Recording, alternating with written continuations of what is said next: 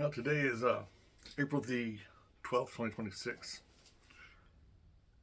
I never thought I'd be making this video this soon or ever at all. Before I get into this video, I want to make clear this is not advice. I'm not telling anyone to do what I'm doing, nor am I insinuating in any way that this is a surefire cure. The one thing I want everybody to take out of this video is when you're facing something this serious with your health, make sure to be your own advocate. I'm learning this the hard way. My story started on November 17th, 2023. I was diagnosed with stage 2 colon cancer. Before the end of 2023, but it was December, I had a hemicolectomy, which really took out several inches of my colon on the right hand side, went through 12 rounds of chemo, was given a clean bill of health, continued to see my oncologist every 60 or 90 days to have my port flushed and have blood work done. All this time since I finished my chemo in July of 2024. All this time, they'd check my blood and they'd say, "Oh, your tumor markers are great, everything's looking good." And to make this story kind of make sense, after my surgery, my doctor, my oncologist said, "I suggest you leave your port in for 2 years." He goes, "You can do what you want, it's your business." He said, "But, I recommend it." That's okay. So I did. So here we are, 2026. This July would be 2 years after deer season of 2025, which ended in early 2026.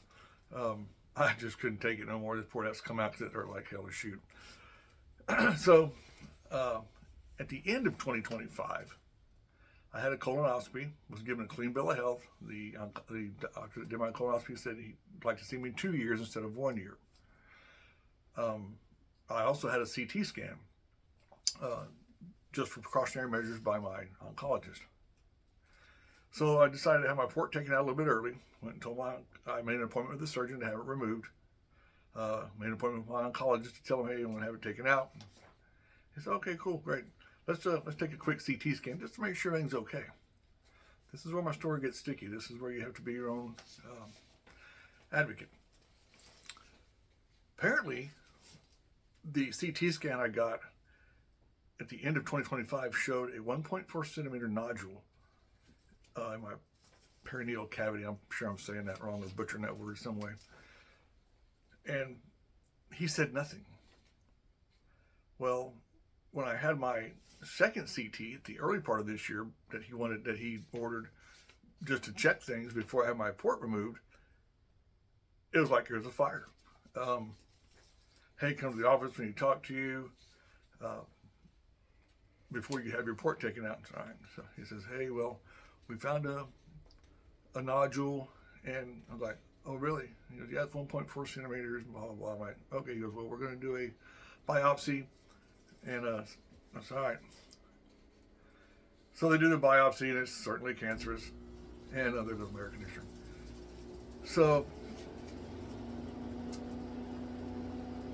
I'm like, "Why didn't you say anything about this nodule when they found it at the end of 2025 on the previous CT scan?" He goes, "Oh, well,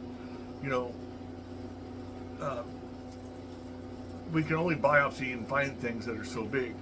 It hadn't changed in size. And in fact, in the CT scan that was done at the end of 2025, it said it recommended a follow-up CT in 90 days. Well, this ended up being 6 months. Just by sheer luck. And this is, I believe this is the grace of God doing this. It was luck that they found my cancer when they did, and it's, of all the people, the surgeon said, "Oh, take your port out," and I'm like, "No, you're not my oncologist, F off." And now, because I opted to pull my port out early, this was found a little sooner. God knows how long it would have been growing if I'd have waited till July to have my port taken out. So now they're talking about, more chemo, which sucks ass. Sorry. Not looking forward to that at all. Just when I thought I was getting my life back on track with, getting my strength back, which has been almost 2 years. My strength's pretty much back. Still got some issues with neuropathy. But it's so hard to, find a good doc anymore. I'm sorry. Google sucks, because I've learned that you can remove negative reviews. And some of the reviews about my doc, in my opinion, were written with too much emotion involved. I'm sorry, I'm sorry, but that's just the way I feel about that. And I get it. Don't get me wrong. Nobody wants to see a parent die, or their child or spouse or what have you. So,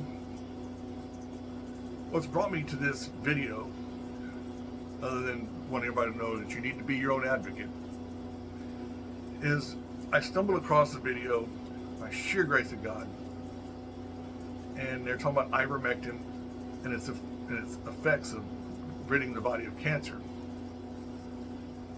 Before I get onto that story, I want to say one thing about when you find a doc, because what I do for a living, I'm in the transportation, on the service side of the transportation industry. I'm not a doctor by any stretch. My sister, who's an RN who works for a cardiologist, was telling her coworkers and her boss what was going on. And her boss, who's a cardiologist, a very serious man, he looks at my sister and he goes, "Why wasn't he on immunotherapy?" You know what? That's a damn good question, but you know what? I'm not a doc. I didn't know to ask that question. So when I see him on call, again, I'll ask, "Hey, what about immunotherapy? Why wasn't I on it? Why wasn't I a candidate?" See what he says. Because I still haven't got any straight answers as to why nothing was done after after they found that first nodule at the end of 2025. I believe that he just didn't look at my report. I think he just took all the blood work prior to that, which was saying my tumor markers were good. All right, I'm getting off out in the weeds about that shit. So I stumbled across this video by pure grace of God about ivermectin and its effects of killing cancer. I'm not a conspiracy theorist by any stretch, and the more I studied it, the more it piqued my interest. And I don't believe, I don't trust our government that much either. I think that the reason they're squelching the information about ivermectin is because it could potentially kill the cancer industry, the industry of saving people from cancer. There's another drug out there too called Fenbendazole. And there's a few people that are famous out there. I can't think of his name at the moment. He's on YouTube. He tells his story as well. But I will be I've already been taking ivermectin. I started ivermectin the day after I got my biopsy, which today will be 28 or 29 days. I started March the 28th. I've ordered some other vitamins that are supposed to be good for fighting cancer.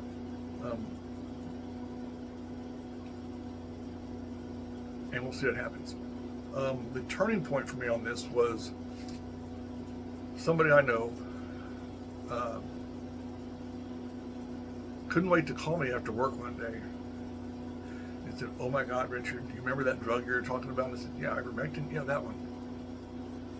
I know somebody," this is what this person's just saying, "that had stage 4 cancer that had metastasized to their bone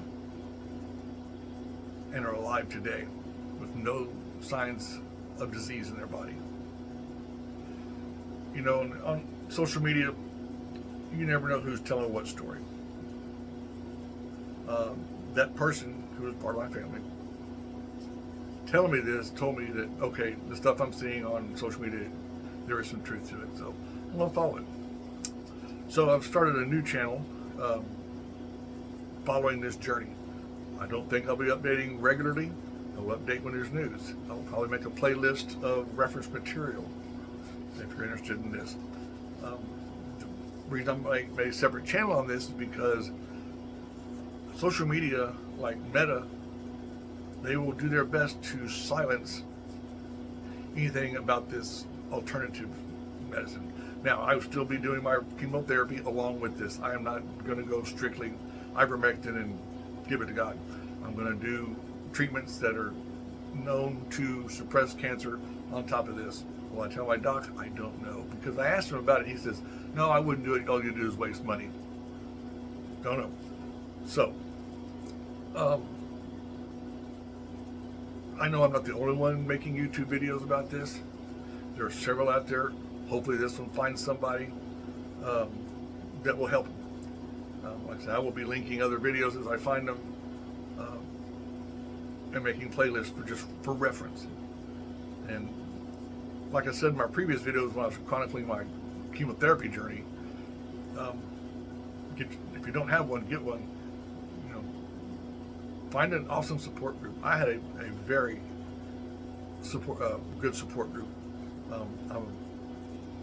I'm a Catholic member of the Knights of Columbus, and my brothers in the Knights of Columbus have always been there for me, through thick and thin. Sometimes just to call and check on me, even after I finished chemo. And now some have gotten wind of this, and they're all like, "This is unbelievable." So keep a positive attitude. Get involved in the church if you know. Get involved in the church and get a support group. You know, hang out with some friends, family, something. If anybody's negative, by all means, do not hang out with them.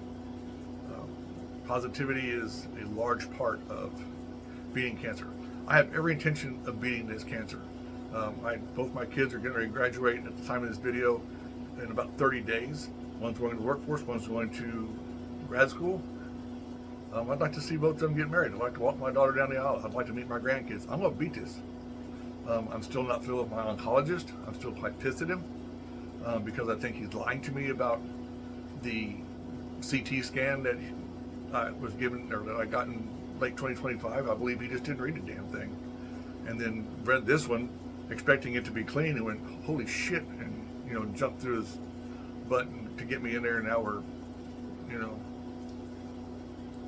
jumping through our butts to get me on chemo and hopefully keep me alive. So I will be doing these two drugs, Fenbendazole and Ivermectin. I haven't decided on a regimen yet. I'm still doing my own research, but I will be taking them. I may modify my routine based on either one, how I feel, or two, how pets. Oh, I have a PET scan coming up in about 3 days, Wednesday. So today's Sunday, Wednesday the 15th. I have a PET scan coming up. So I will talk to y'all soon and let y'all know the results. Take care.